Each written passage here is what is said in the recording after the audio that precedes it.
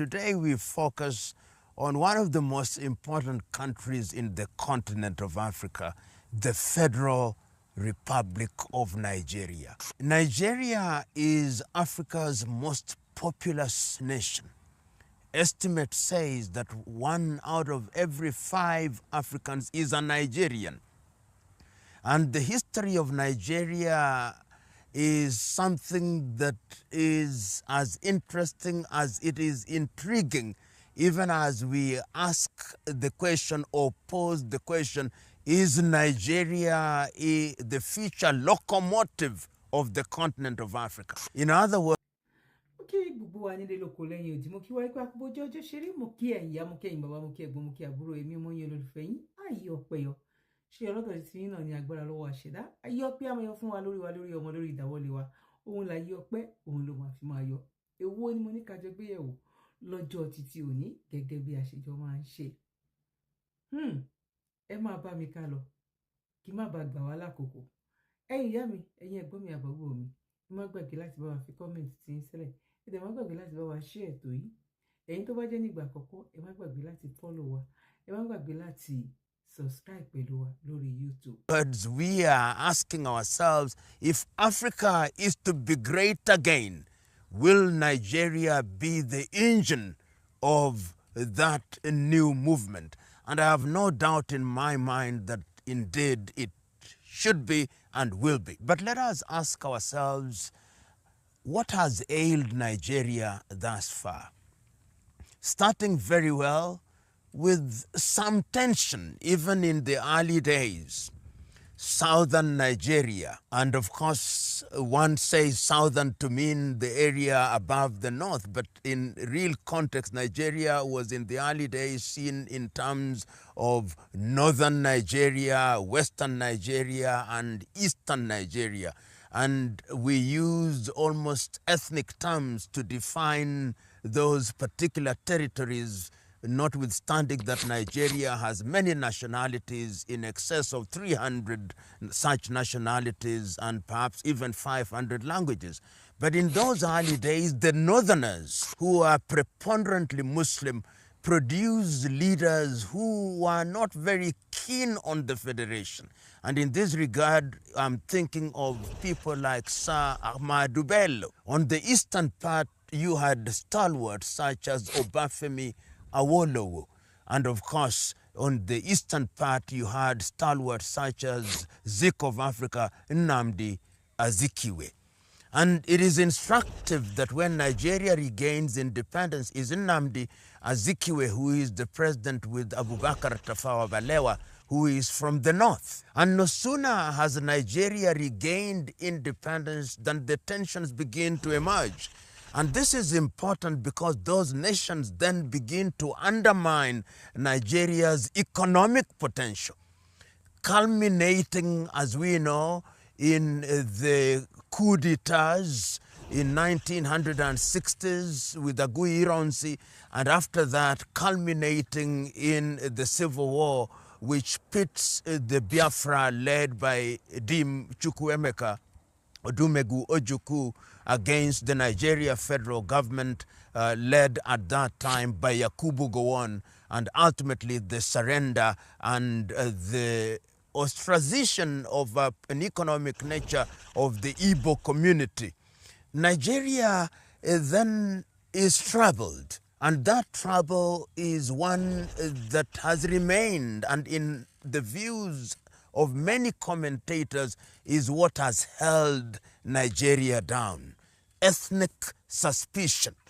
The Hausa Fulani in the north, the Yoruba in the west, the Igbo in the east, and the other ethnicities, of course, find themselves caught up in these tensions. When one sees that, you can then begin to see why there are a series of coup d'etats that see the emergence of military leaders. If it is not Ibrahim Babangida, it is Buhari. If it is not Buhari, it is Abacha. And all these things have served to disrupt the economic engine that Nigeria would and should become. And then when Nigeria discovers oil, and sometimes it is known as the oil curse. Nigeria then forgets that it has other resources, that it is possible to have serious agriculture in Nigeria, that it is possible to have mining as a source of income in Nigeria. Nigeria has zinc, Nigeria has iron ore, Nigeria has coal, Nigeria has cobalt. All these could be used to power the economic engine of Nigeria. But there is the obsession with oil, and oil magnates emerge, and this oil becomes an obsession and leads to mega corruption, leading Chinua Achebe to write very interesting books. In 1966, he writes the book A Man of the People, in which he dramatizes the problems of Nigeria, and he does not stop there. He writes yet another book, Anthills of the Savannah, which also dramatizes the problem of Nigeria. And in 1983, he writes the little book, The Trouble with Nigeria. And he says that the trouble in Nigeria is simply and squarely a problem of leadership, and that those who have had the opportunity of leading Nigeria have not. Kindly subscribe to YouTube channel and follow on Facebook page at Dr. Zabby's Talk Show. Some of the most amazing individuals in the world. Tell me, in which sector don't you find a Nigerian as a leading thinker or a leading practitioner, unfortunately outside of Nigeria? You go to the United States of America, to the United Kingdom, and look for the best doctors, they will be Nigerians. Go to those countries, look for the best architects, they will be Nigerians. Go to those countries and look for the best engineers, they will be Nigerians. Even in the aerospace in Nigeria. And Nigerians are performing wonders in different parts of the world, but when they come back home, the environment is not enabling, with the consequence that they don't punch in their weight, they punch below their weight. I have had the occasion to say it on a number of occasions, that when Nigeria says that is the second largest economy with a GDP of 500 billion United States dollars, they should not say it, because Nigeria in truth ought to be an economy which is at the very least 3 trillion United States dollars. Can it achieve it? Yes, it can. But what must it do in order to achieve that status, in order to be the true locomotive, the true engine of Africa's economic and political revival? It can achieve it if it does a number of things. Number one, that it re-engineers her politics and introduces what I call hygiene in the conduct of our politics. What do I mean, hygiene? I mean that they should have systems for electing individuals both at the state and the federal level that allows men and women of integrity to emerge. Can it be done? Yes, it can be done. And one can say that in the recent past, when we have seen elections being carried out, there is improvement that is taking place in the federal units. I believe that if that were to be done, if hygiene were to be introduced in the conduct of political affairs of Nigeria, it would create an enabling environment. Number two, that the federal character of Nigeria should be given its pride of place, and the federal units should be allowed to unlock their potentials. I've had the advantage of visiting quite a number of states in Nigeria, and one is amazed at the possibilities. At the occasion of visiting the state of Akwa Ibom, and I was amazed at the quality of the roads to be found in Akwa Ibom. Amazing. If one wants to benchmark, look at the roads, they are as well done as anywhere in countries where infrastructure is accepted as being the engine of economic development. And one can see that in quite a number of states, if you go to Katsina, one is beginning to see that. In Bayelsa, one is beginning to see that. And in Enugu and in Anambra, one is beginning to see, and of course Ogun State and Adamawa and all these states, one begins to see a Nigeria that could emerge if hygiene were to be introduced. Nigeria must diversify her economy. The obsession with oil, we are actually in an area where we are moving away from fossil fuel. I don't think we will, but the truth is that even if we remain with fossil fuel, Nigeria must begin to diversify our economy. I want to see a Nigeria that has a mining sector that is thriving. And I'm very happy that Nigeria is beginning to add value to our products, including the area of agriculture. Nigeria, like many African countries, still imports food. Nigeria should not import rice. Nigeria should not import wheat. Nigeria should not import should not import chicken. If we were to ensure that Nigeria grows our agriculture, then I have no doubt in my mind that Nigeria can add value to the African continent. The other area is tourism. People don't know. You only have to visit places such as Benin. You only have to visit different places in northern part of Nigeria and in western part of Nigeria and in eastern part of Nigeria, and you will realize that Nigeria can easily receive more than 20 million visitors. And if it does that, then Nigeria would, as it were, be the engine that we want. And very lastly, in the area of technology, I remember during the presidency of Olusegun Obasanjo in Abuja, he started thinking about nuclear and aerospace. Nigeria, through collaboration with different friends of goodwill, should be in the nuclear space and in the artificial intelligence space. And when she gets into that space, then she could begin to earn the dividends that come with these new technologies. In the financial sector, I'm very happy, and any observer should be, that Nigerian banks are now beginning to spread their wings in different parts of Africa. If it is not Guarantee Bank, it is Access Bank. If it is not Access Bank, it is UBA Bank. All these factors conjoined are telling one story, that a Nigeria that is alive to her potential, a Nigeria that is seeing herself as the engine of development with the use of people in Nigeria and Nigerians in the diaspora. The time is now for Nigeria to begin to take charge of our resources and our affairs. And when we say that, we are not for one moment saying that Nigeria will not trade with the rest of the world.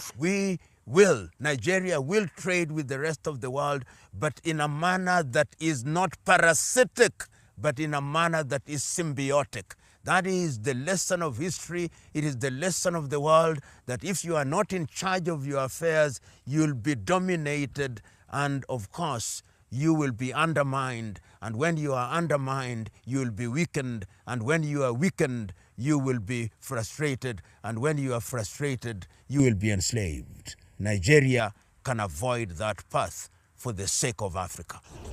So we are proud of Nigeria. The only thing is, we don't know what will happen tomorrow. Maybe tomorrow Nigerian leaders will also suck up to Big Daddy. Hey.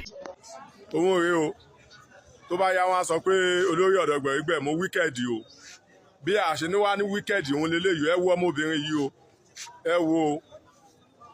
ẹ wo ṣẹ́tìrì ọkọ ẹ̀rí o Kunduz òun ló ṣe báyìí o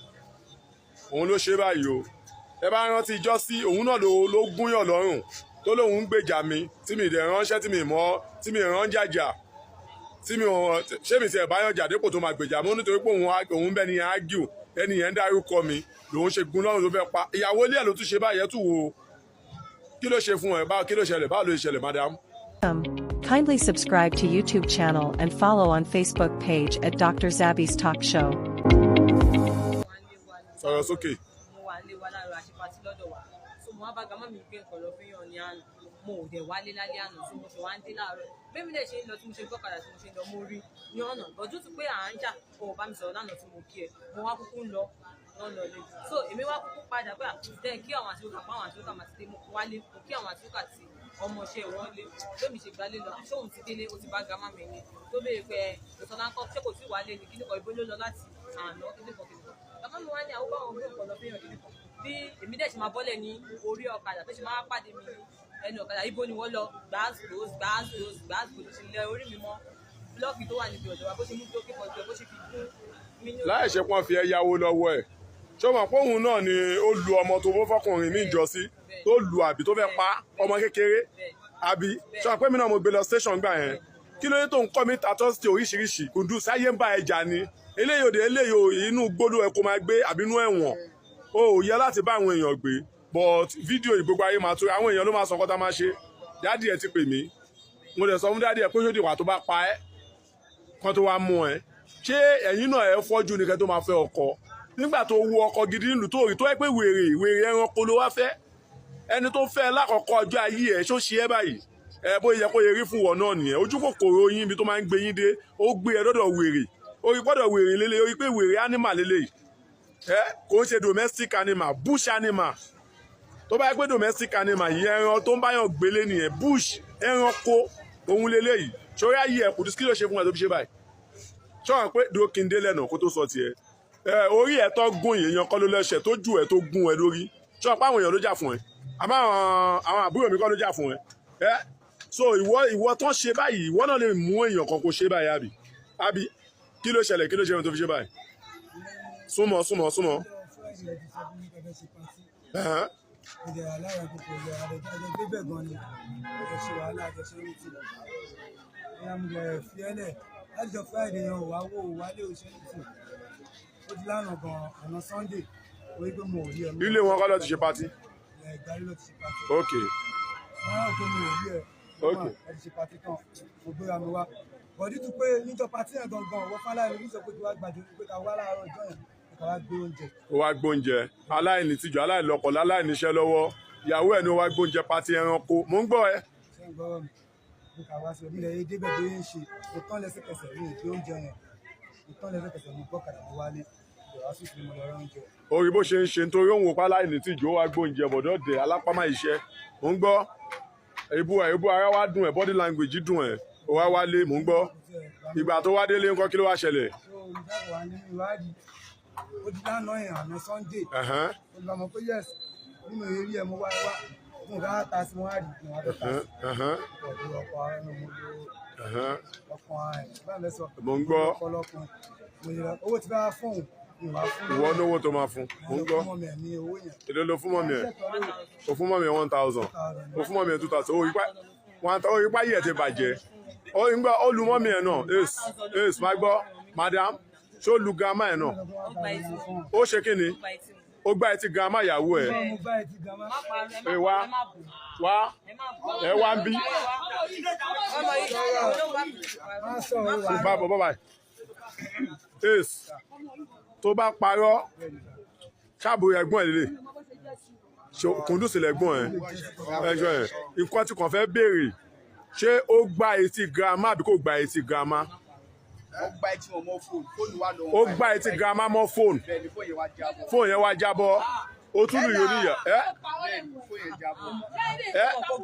ó gba etí girama mọ́ fóònù ó gba etí girama mọ́ fóònù kí ni gbọ́tì ló ní ìyá ìyàwó ẹ tí ó ṣe ìyá ìyàwó ẹ tí ó ṣe ìyá ìyàwó ẹ ìyá ìyàwó àbọ̀lọ́ sọ ẹ ìyá ìyàwó ẹ ó rí pé ẹranko ní ẹ bó ìjẹ́ kó rí fún wọn náà rí bọ̀bọ̀ kékeré tó ń fẹ́ ń jọ sí ìwọ náà betrayed ọkọ ẹ ni tó betrayed ọkọ ẹ torí wèrè yìí wèrè wá fi wèrè wọn ẹ sìn ó máa gba ó ti rókò kúnlẹ̀ kó tó gbẹ̀pà sí o ó máa lẹ́bẹ̀ nìkan tó máa lẹ́yìn eléyìí ó máa tún fọ́ ojú ẹ ó máa fọ́ ìyànjú lẹ́yìn eléyìí ó lè yọ gògògóńgò ẹ ṣó ti yẹ torí pé olórí burúkú ọkùnrin ló fẹ́ yìí wo má wọ rè ó yìí má tún wọnú sẹ́ẹ̀lì tó ti gbọ́ ẹ má fọ̀ ẹ má wo bí tí má bá dé ẹ má jẹ eléyìí lọ.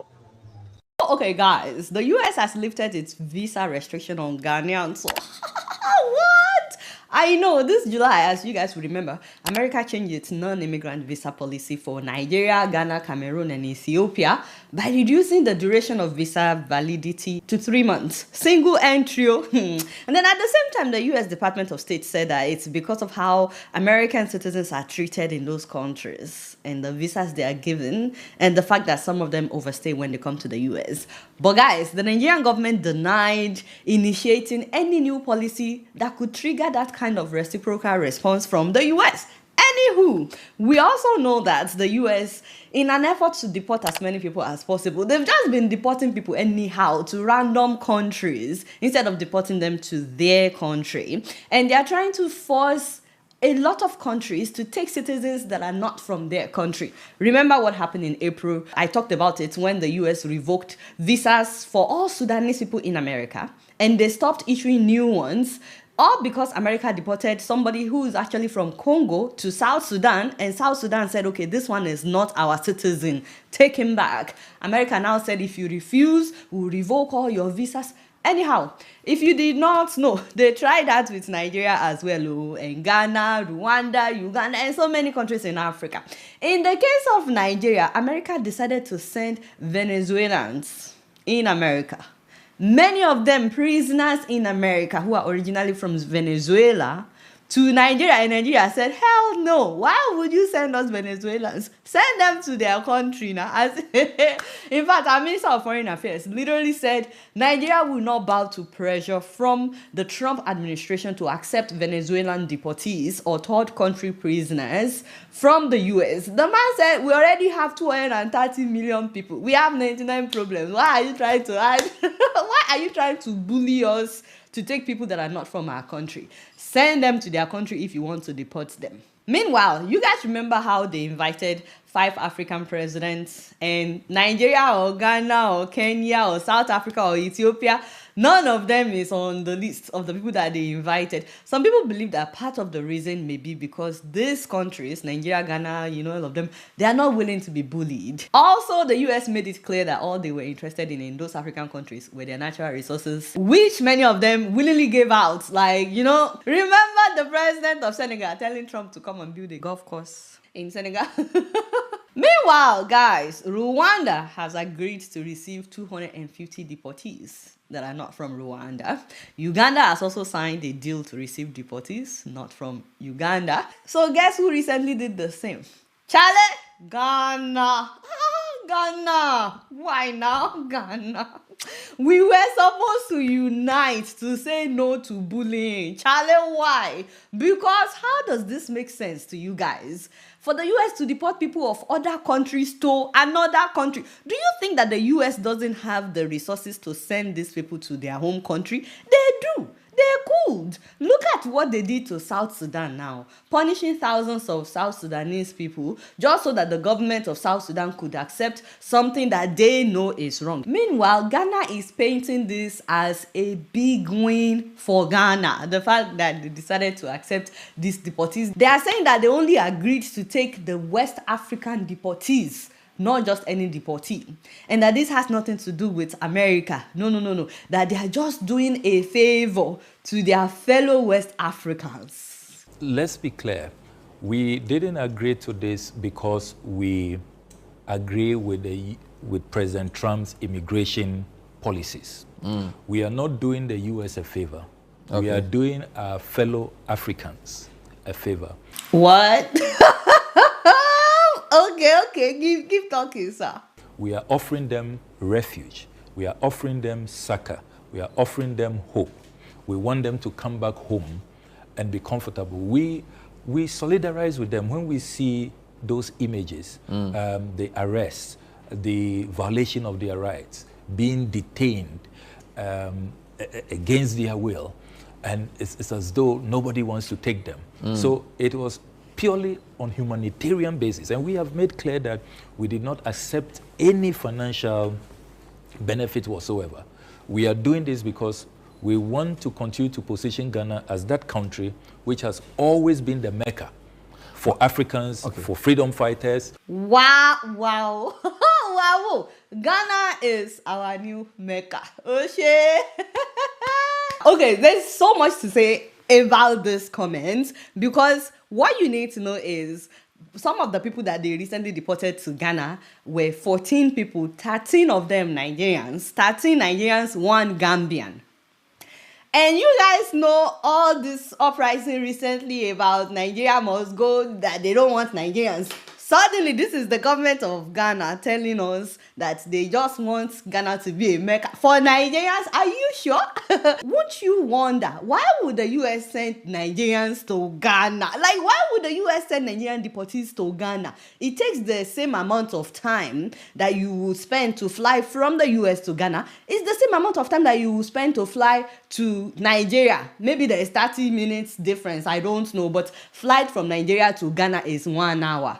So why would they now take Nigerian deportees to Ghana? And did they take Nigerian deportees to Nigeria and Nigeria said that they don't want them? That is not true. Nigeria is taking its own deportees. Now, guess what happened to the Nigerians that were deported to Ghana? After telling the whole world that they are our Mecca, Ghana decided to put them at a military camp with a deplorable living condition. The water is terrible. They can't even drink the water. And they've been getting sick. There's no medication. So those Nigerians that were deported to Ghana begged Ghanaian officials to please take them to a place with better living condition. They said that the condition at the military camp is deplorable. So Ghanaian officials told them, no problem. We will take you to a nice hotel. These people saw that they were being taken to a hotel. They also got in the truck. And guess what happened? They got to where they were going and they suddenly found themselves in Togo. Togo! Togo! Ghana went and dumped these Nigerians in Togo. And these Nigerians are saying that they do not have travel documents. So because of that, Ghana did not take them through the proper border of entering Togo, that they took them through the back door, that they bribed some police officers in Togo in order to take them into Togo. So now, they got to Togo. Ghanaian officials told them, you have to sign this document. They said, Lai, we are not signing any document. You told us we are going to hotel. Why are we in Togo? So they refused to sign the document. Meanwhile, they don't speak French. What is the official language of Togo? French. So now they are stranded. They are not able to communicate with the people. They are just there. They have no money, none whatsoever. They have no travel document. They can't even find their way home because they don't have the travel document. What kind of wickedness is that? It was one of them that reached out to BBC. They said the worst has already happened. America has deported us. Now we are in Togo. We are stranded. So they reached out to BBC to tell them, nah, this is what is happening to us. So Ghana told the world that they are happy to receive us in the spirit of Pan-African empathy. That is what the Ghanaian officials said. I don't know if Nigerian government is aware of this, but some of your citizens are stranded in Togo via Ghana. Like, seriously, what was that? Ghana. Charlie, why? So why is Ghana now painting it as if they are doing Nigeria a favor by being the Mecca for Nigerian deportees that are not wanted anywhere? That's not true. Nigeria wants its own deportees. In any case, since Ghana decided to play ball, America has lifted their visa ban. And their foreign minister is so proud of this. He's painting it as a big win for Ghana. He went on Twitter boasting about how they lifted the visa ban after months of diplomatic negotiations. He literally said, I'm really pleased that months of high-level diplomatic negotiations has led to a successful outcome. And then after that, somewhere he wrote, it's good to see healthier and stronger Ghana-USA relations. And of course, he attached pictures of him with the American diplomats, to make it official and all. But for some reason, this did not sit well with some Ghanaians, The man was thinking that the people will be like, oh, wonderful, now we can apply for 5-year visas. And I know that there are people in Ghana who celebrated that. But most of the people in his comment section, they were like, what's this? You sold your soul. You sold the soul of Ghanaians. You sold the sovereignty of the people of Ghana because of American visa. Many people were like, how come you forgot to mention what you agreed to before the lifting of the visa ban? And most especially, some people were like, that is not diplomatic negotiation. What did you negotiate? You just agreed to their terms. You didn't negotiate anything. So it got to the point where Ghanaians were saying that we don't trust that you are only going to receive West Africans, and we don't even know if you will start bringing convicted criminals from US prison to our country. So Ghanaians were saying these things, and as damage control, the minister had to go back on Twitter after some days, and he wrote, number one, Ghana will not be a dumping ground for US removals. I repeat, Ghana will not be... He didn't say, I repeat. And then he also said that Ghana is not accepting criminals from the US. But the people are like, well, since you've agreed for the US to bring deportees, what are you going to say the moment the US says, okay, we've put in West Africans on this plane, but put in some Venezuelans, when they get to Ghana, are you going to say, this is not what we agreed to, send them back to America? Do you have the liver?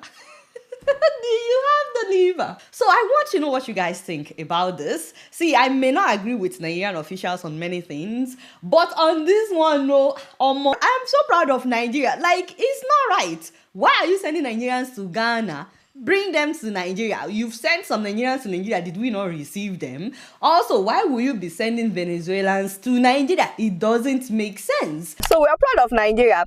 The only thing is, we don't know what will happen tomorrow. Maybe tomorrow Nigerian leaders will also suck up to Big Daddy. Hey. But right now, we're proud of Nigeria.